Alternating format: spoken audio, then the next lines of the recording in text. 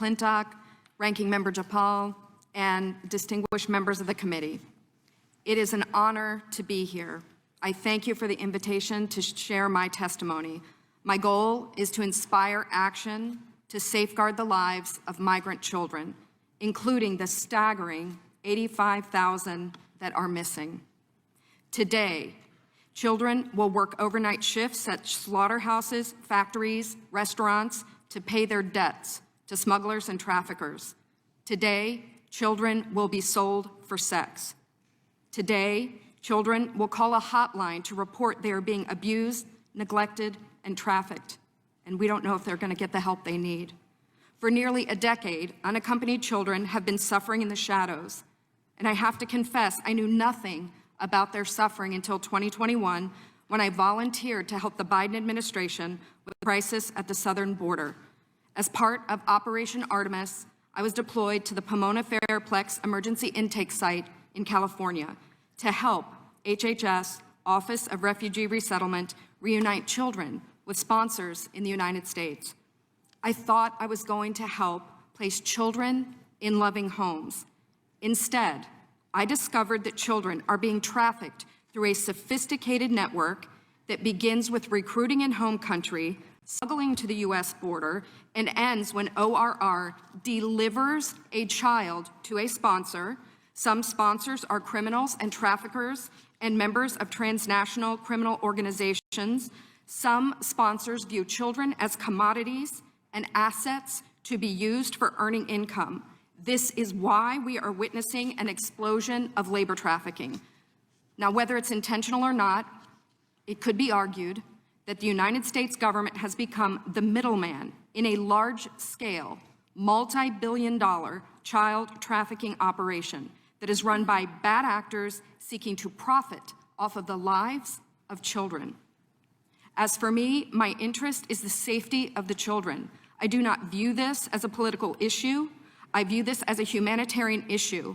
I assure you, my motives are the highest and best. I want the children protected. So I want to tell you some of what I witnessed personally at the Pomona Fairplex. I saw vulnerable indigenous children from Guatemala who speak Mayan dialects and cannot speak Spanish. That means they cannot ask for help in English. They cannot ask for help in Spanish. They become captives of their sponsors.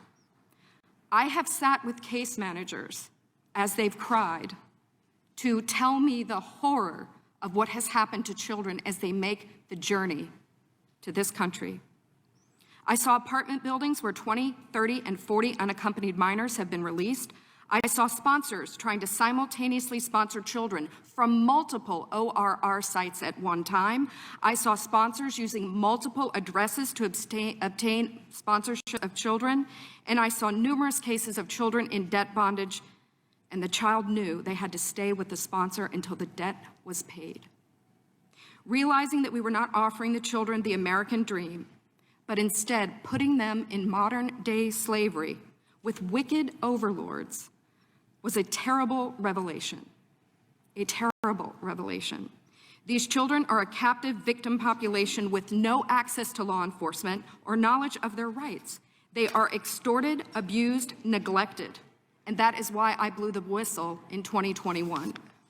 I witnessed firsthand the horrors of child trafficking and exploitation. My life will never be the same after what I saw, but I have hope because I'm counting on you. It's my hope that you'll take action to end this crisis, to safeguard the lives of these vulnerable children. People have asked me, what can be done? What would you suggest? Well, first, I think HHS's #1 priority is oversight. They must commit to oversight, transparency, and accountability. If I could wave a magic wand, this, I believe, could be quickly solved by experts in the IG community. There is a Pandemic Analytics Center of Excellence, or the PACE, as we call it. I believe if data analysts at the PACE could look at the data, children could be rescued, criminals could be prosecuted. If the PACE had access to this data, it shows where the children are and who has them. I think also We need to change the culture of speed over safety. Speed is the wrong performance measure when dealing with children. We need to revamp the vetting process of sponsors and have case managers who have investigative backgrounds, data analytics backgrounds, some certified fraud examiners. And I think we need to reimagine a system where the sponsor is the accountable party. Sponsors should be required to report to ORR. And lastly, stop retaliating against whistleblowers. Stop retaliating against the people who are trying to tell the truth to save the children. As it is written, a wise man listens to advice while a fool continues in his folly, and HHS needs to be wise to